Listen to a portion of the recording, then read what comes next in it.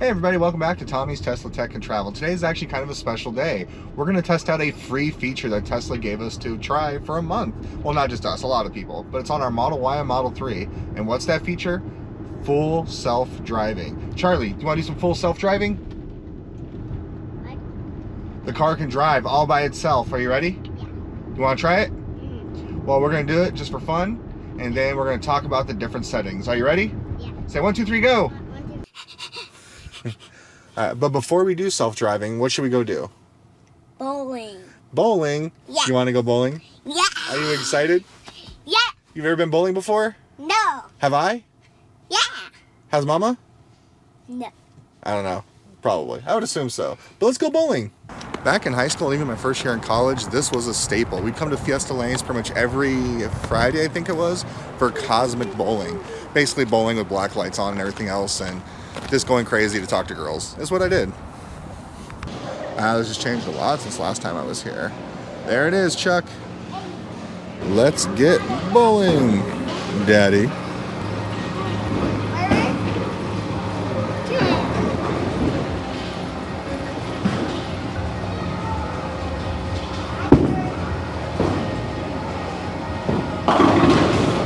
I'll roll it down.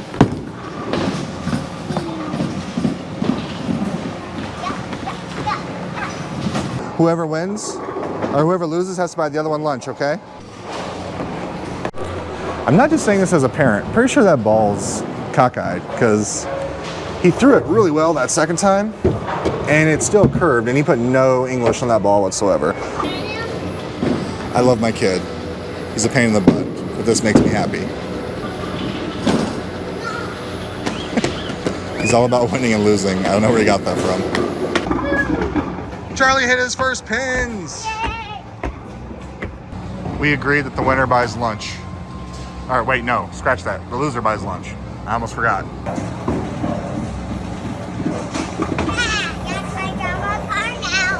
So in order to get the beta going, you have to go into your car settings, choose autopilot. Right now I was just on the auto steer beta, but I want to go to the full self-driving now. They want to make sure you're being good while you're driving, keeping your hands on the wheel, and all the different disclaimers, which we're gonna. And the one thing that you'll notice, I'm just gonna put it in drive real quick. It does change the whole landscape of while you're driving, but don't want me to explain it to you. Let me show you. So one of the things on our agenda today is we're actually going to go look at a new car for my mother. So let's type in Ford, because we're looking at a couple different ones here.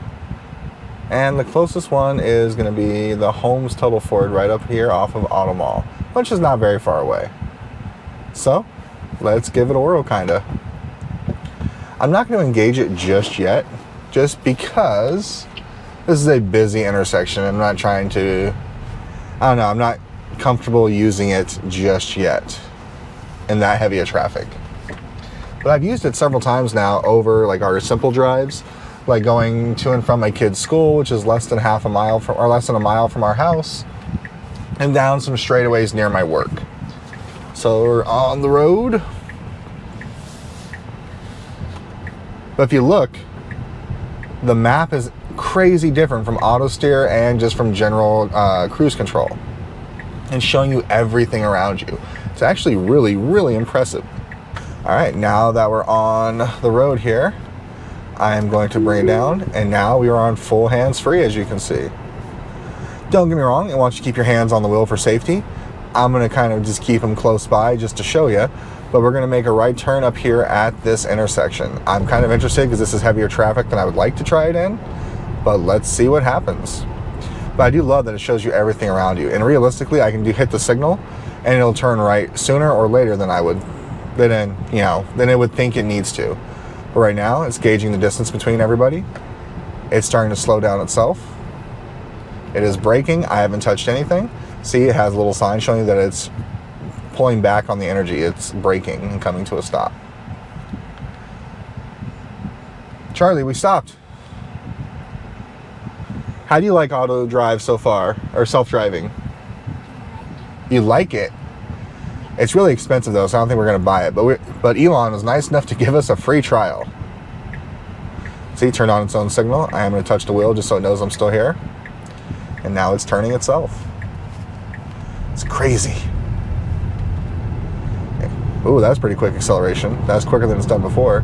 Probably because it knows it's in a busier area, I'm assuming. And it knows we're coming up here on the right. And that's it. I'm actually going to turn it off because I would actually like to take over myself at this point. And if you notice here, it says autopilot disengage. What happened? It thinks something bad happened as you turned it off instead of me just saying I want to drive my own car. But that's our first little glance at full self-driving. We'll go more into it here in a second. All right, another example of the full self-driving is the self-parking. The one problem I have with this when I've tried it, it only wants to reverse in no matter what you do. I sometimes want to pull in, but Tesla doesn't think you should. So we're going to choose that spot, and we're going to hit start. Not touching anything.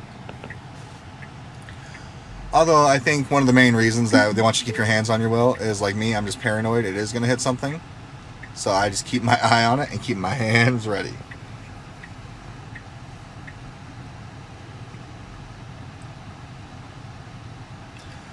The one negative I'll say about it too is sometimes it doesn't like to be as straight as it can be, and it likes to hug those lines a little bit. Oh, this is the first time I've seen it actually correct itself with those lines. Of course, this probably isn't the best parking lot to try this in. Not the most well kept.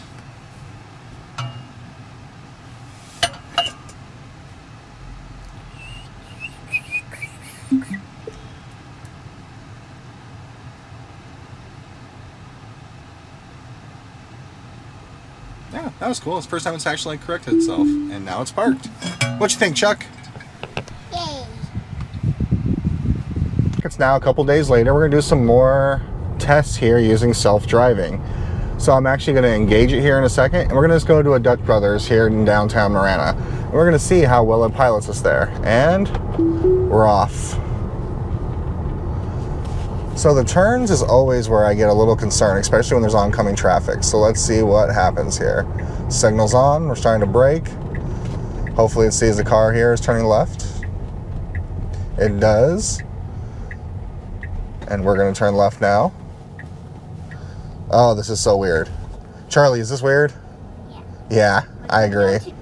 Very important in these situations is, even though the car is driving itself, keep your hands ready to go. I am ready to go at a moment's notice if need be. I'm actually surprised I didn't want to go left right here, but this is kind of like we've talked about before when it comes to like the energy percentage and everything. I'm going to trust the process. And every now and then, even though I'm not letting the car drive, I am jiggling the wheel to make sure it knows I am still here. And I have to say, my impressions so far of full self-driving go as follows.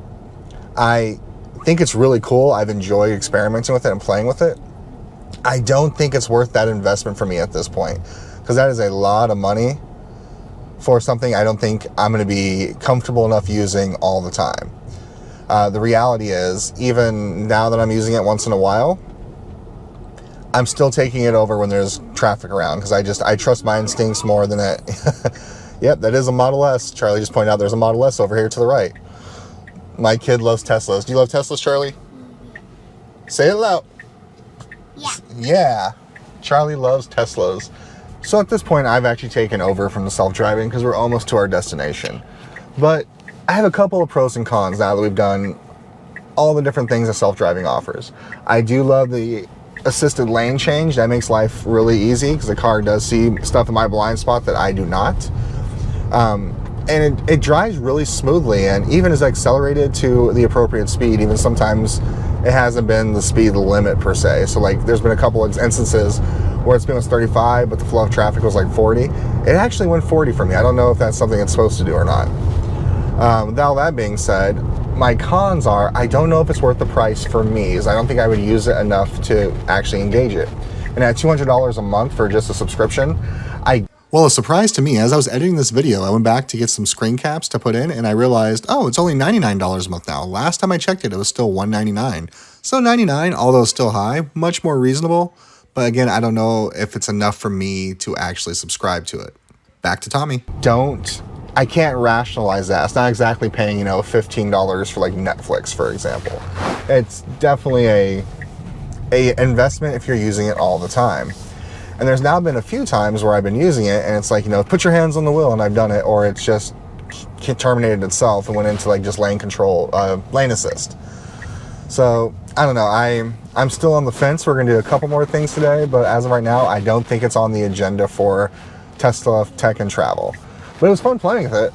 Well, thanks for taking a ride with us. I really do think that self-driving has a future with us, especially if they ever do like the subterranean tunnels like they talked about, where it's just 100% automation. I just think there's just too much variation on the road right now with people and their driving styles. As a proud Tucsonan, one thing I can say is our shortcoming is we have some of the worst drivers in the world here. It's terrible.